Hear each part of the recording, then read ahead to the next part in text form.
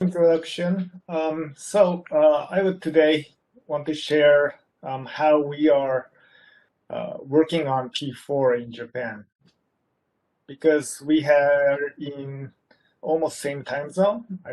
I'm hoping that you will have some interest in our activity and we could jointly do something in near future.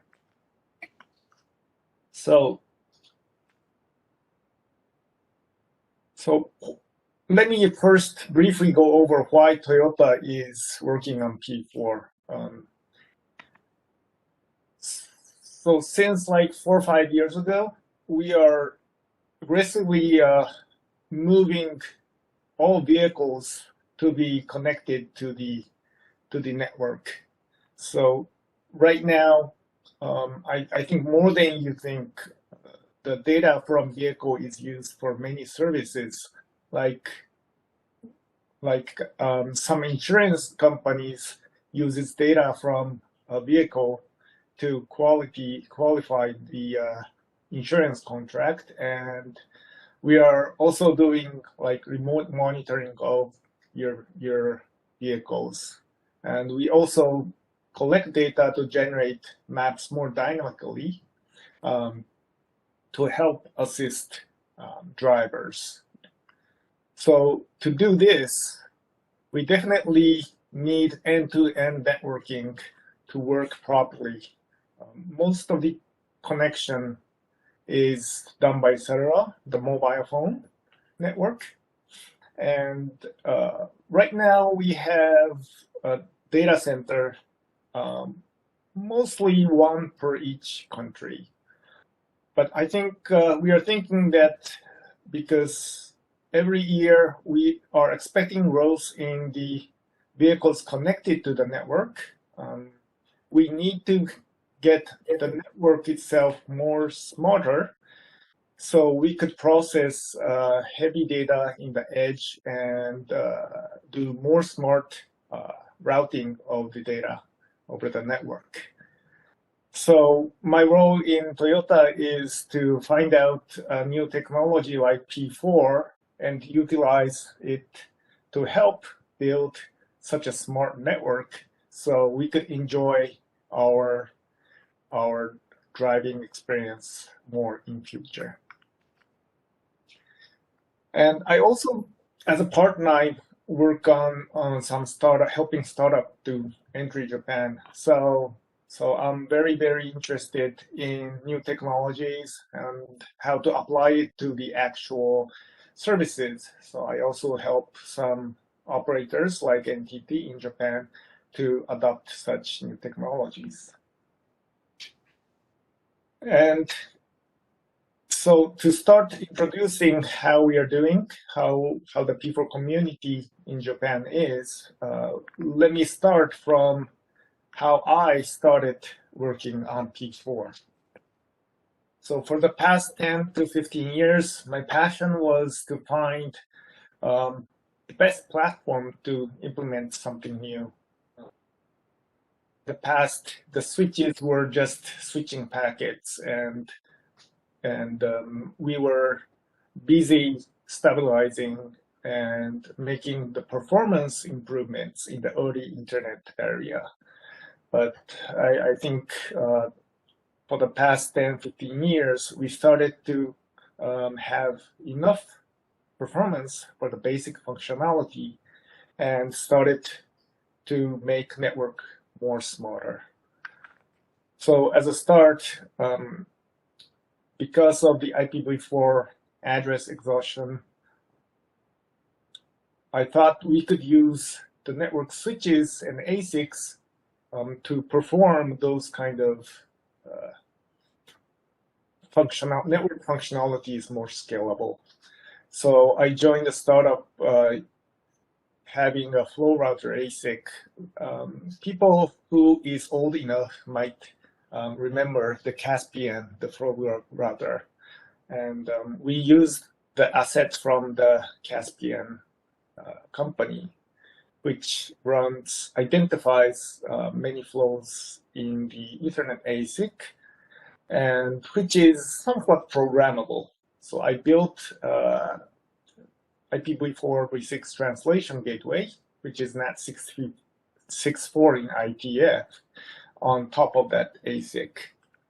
But after doing so for like around 3 years, we realized that at that time, the ASIC was not flexible enough.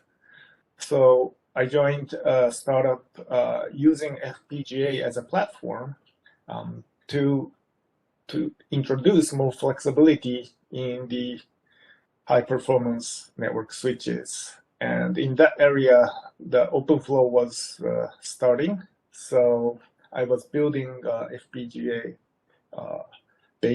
OpenFlow switch. Actually, the company was founded by investor in Taiwan. So half of our development team was based in Taiwan. And every month I used to go to Taipei and sometimes Shinchik.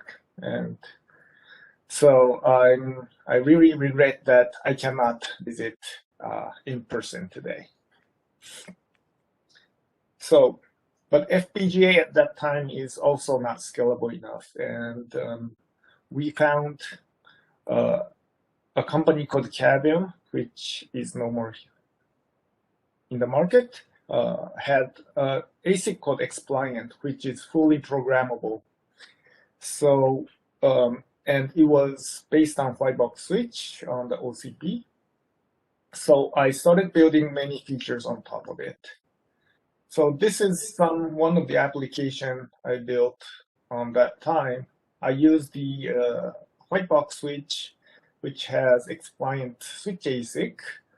And on top of it, I programmed the ASIC to parse the GTP header and handle mobile traffic. GTP is a protocol for mobile network. So at that time, you had to use very expensive mobile equipment to handle GTP traffic, but we proved that Ethernet ASIC is now flexible enough and programmable enough to handle such rich application. And I also showed this in Computex Taipei in 2017, also in OCP in San Jose. So I thought this is something we got some platform to work with to do more new stuff for the networking. But after a year, the company was sold to Marvell. It was acquired, and they decided to discontinue the programmable Ethernet ASIC because there was not enough ecosystem around the ASIC. So I realized that a technology is not good just being good. We do have to have a large community and to build ecosystem so the platform could survive for long term. So after that, I started spending more of my time in kind of evaluating data plan programmability in Japan. So I gave many talks in many conferences in Japan, and I also open sourced my P4 code implementing SRv6 and GTP translation, which was under standardization in IETF. So after doing such activities, I was hoping that a very niche data plan programmability area would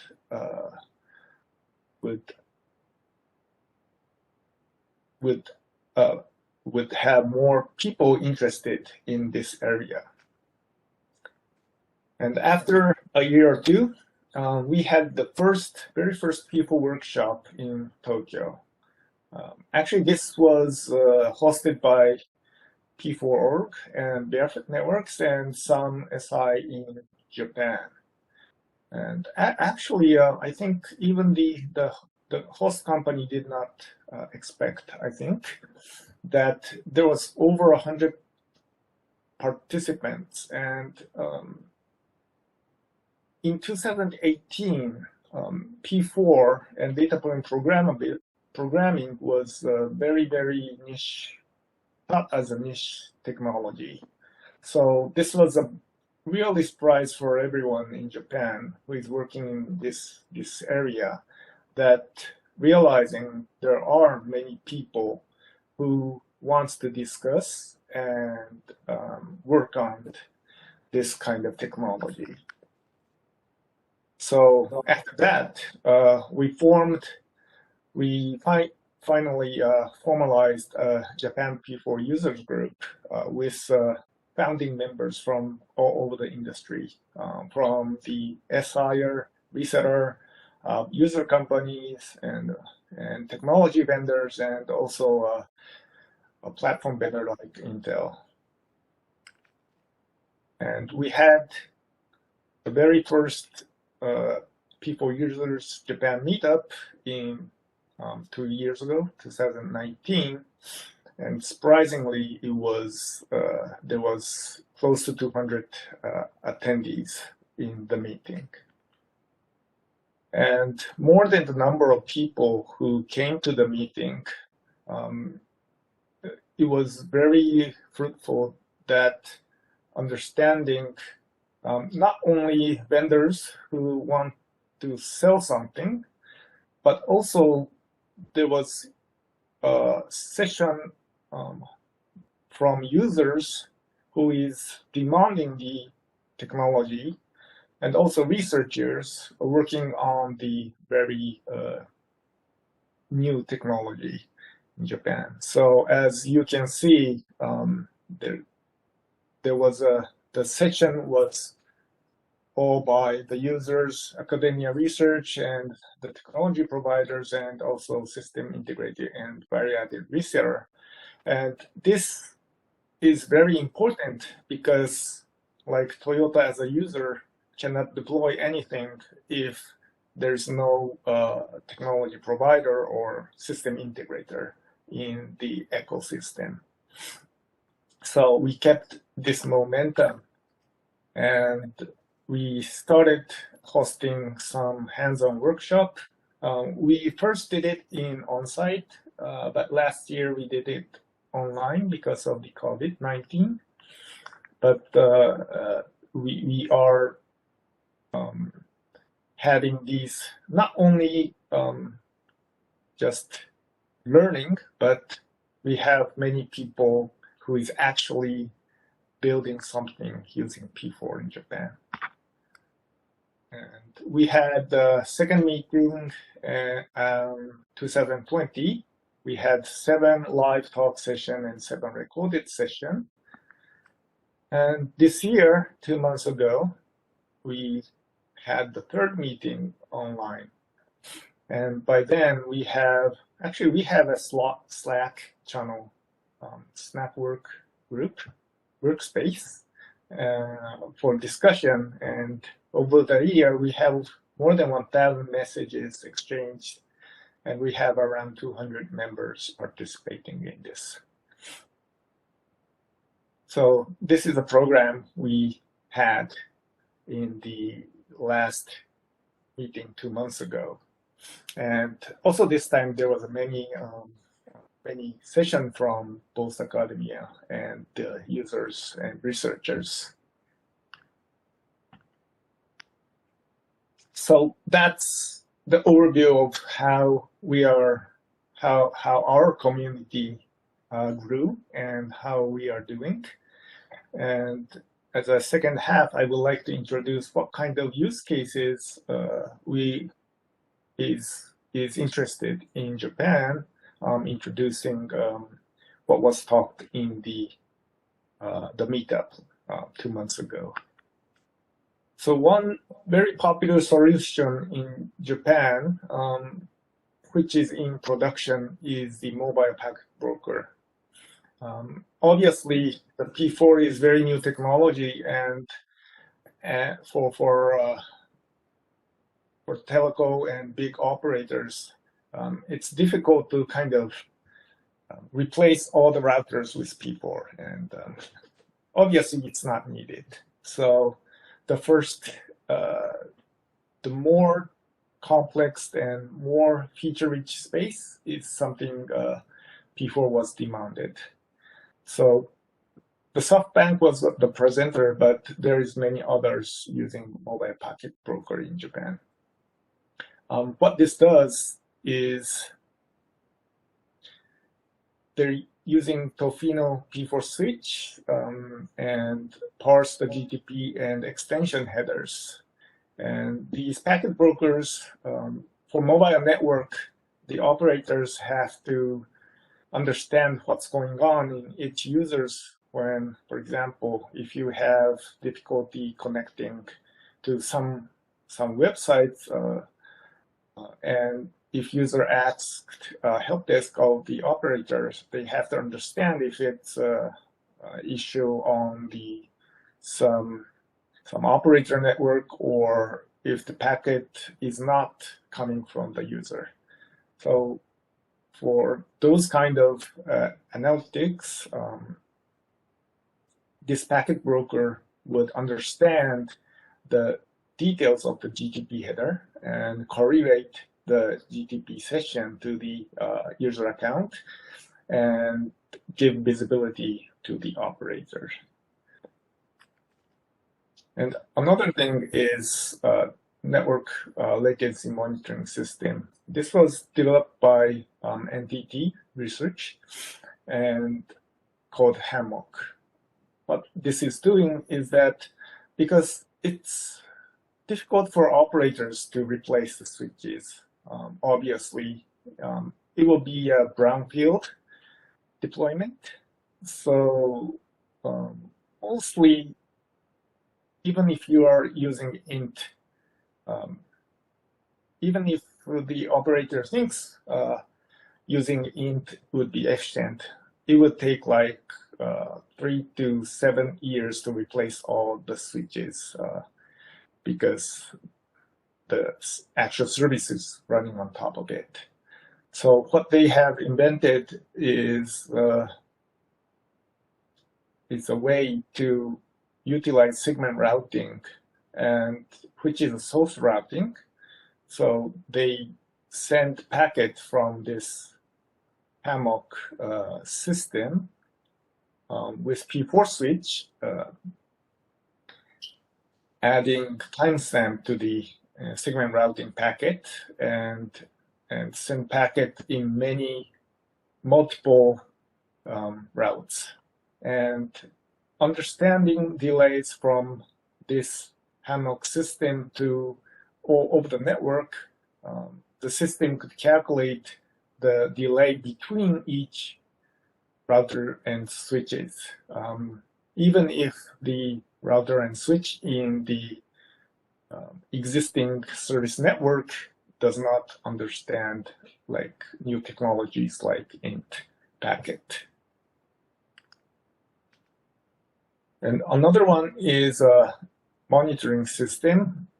This time the P4 switch would be in between of the client and server, and it uses the timestamp and IDs and IP addresses and the port number to correlate each packet to a session of the interest and analyze the delay or the traffic flow or any characteristic of the session happening in the network. This also does not need any change in client or server. So this is something easier to deploy in the existing system.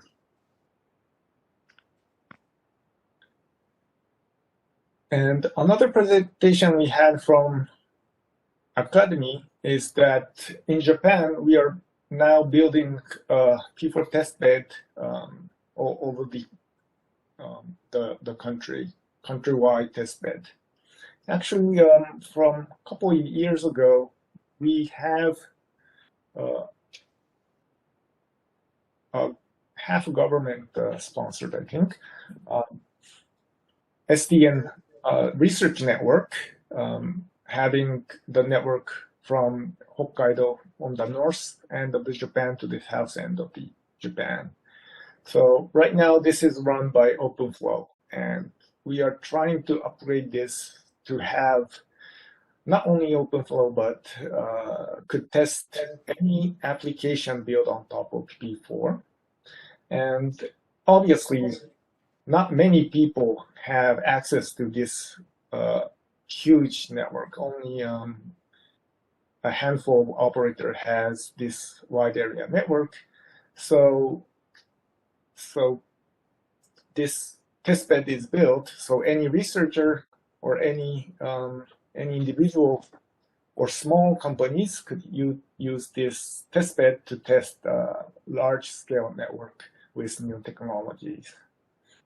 So right now we have BNV2 and some SmartNICs and Tofino Switch, and it's under development. But the challenge here we are having is that we could kind of schedule or reserve some Tofino Switch for use, but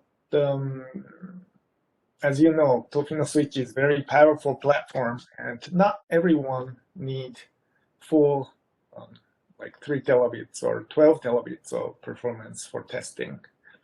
So we are now trying to find out a very efficient way of kind of virtualizing and to support multi-tenancy on P4 switch, so more people could use this testbed at the same time.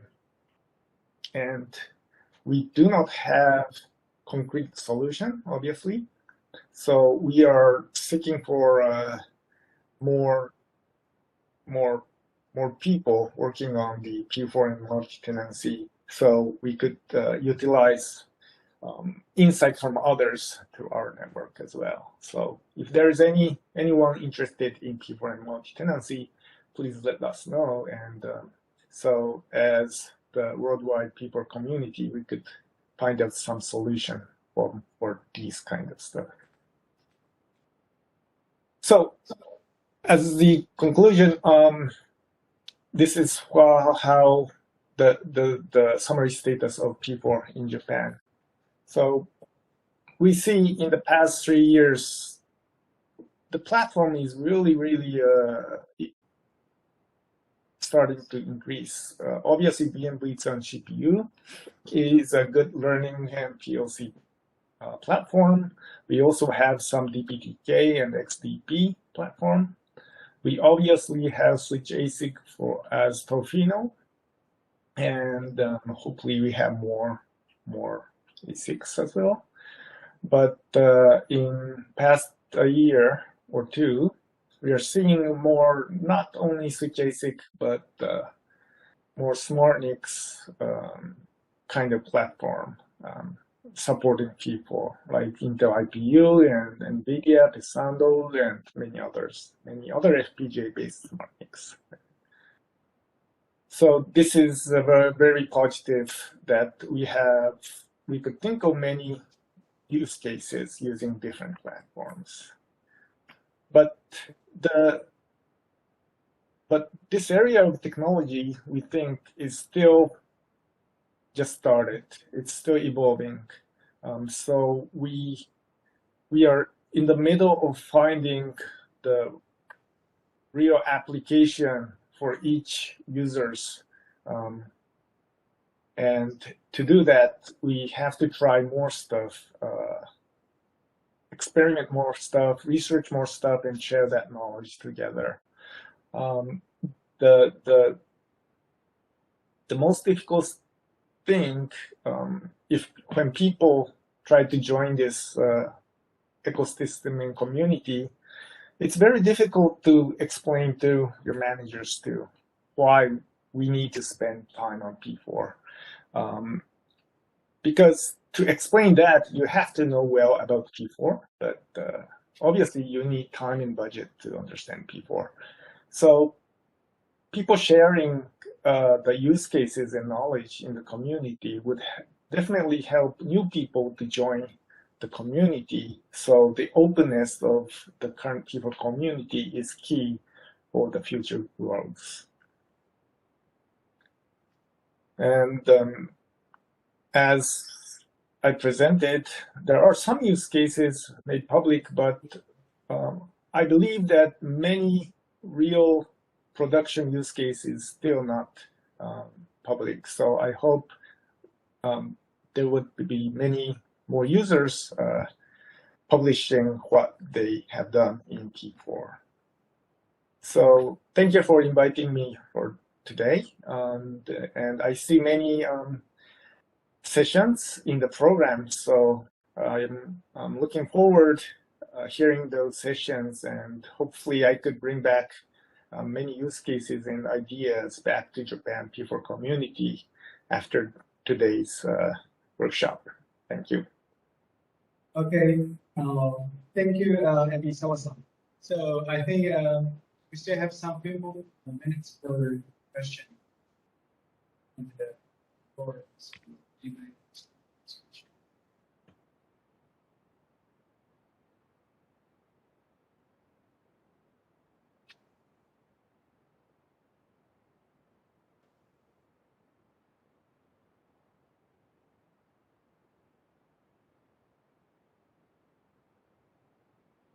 so Ebisawa-san, now since we need some effort to train more engineers for the people. So how is there any other educational activities held by the Japan people community, except the workshop or the hands-on workshop?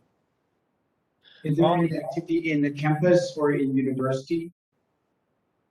So we actually do not. We have some blogs which is introducing some new technology in Japanese. Is one stuff, and as part of this P4 testbed, we are trying to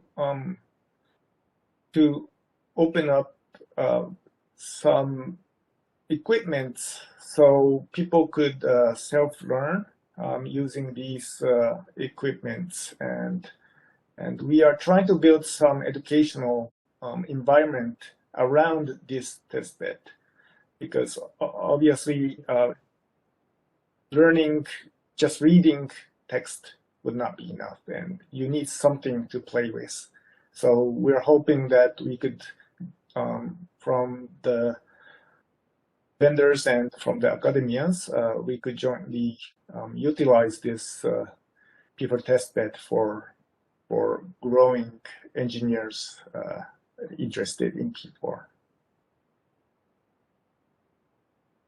So if there's no other question, let's thanks Ebisawa-san again for his great talk. Thank you, Ebisawa-san. Thank you very much.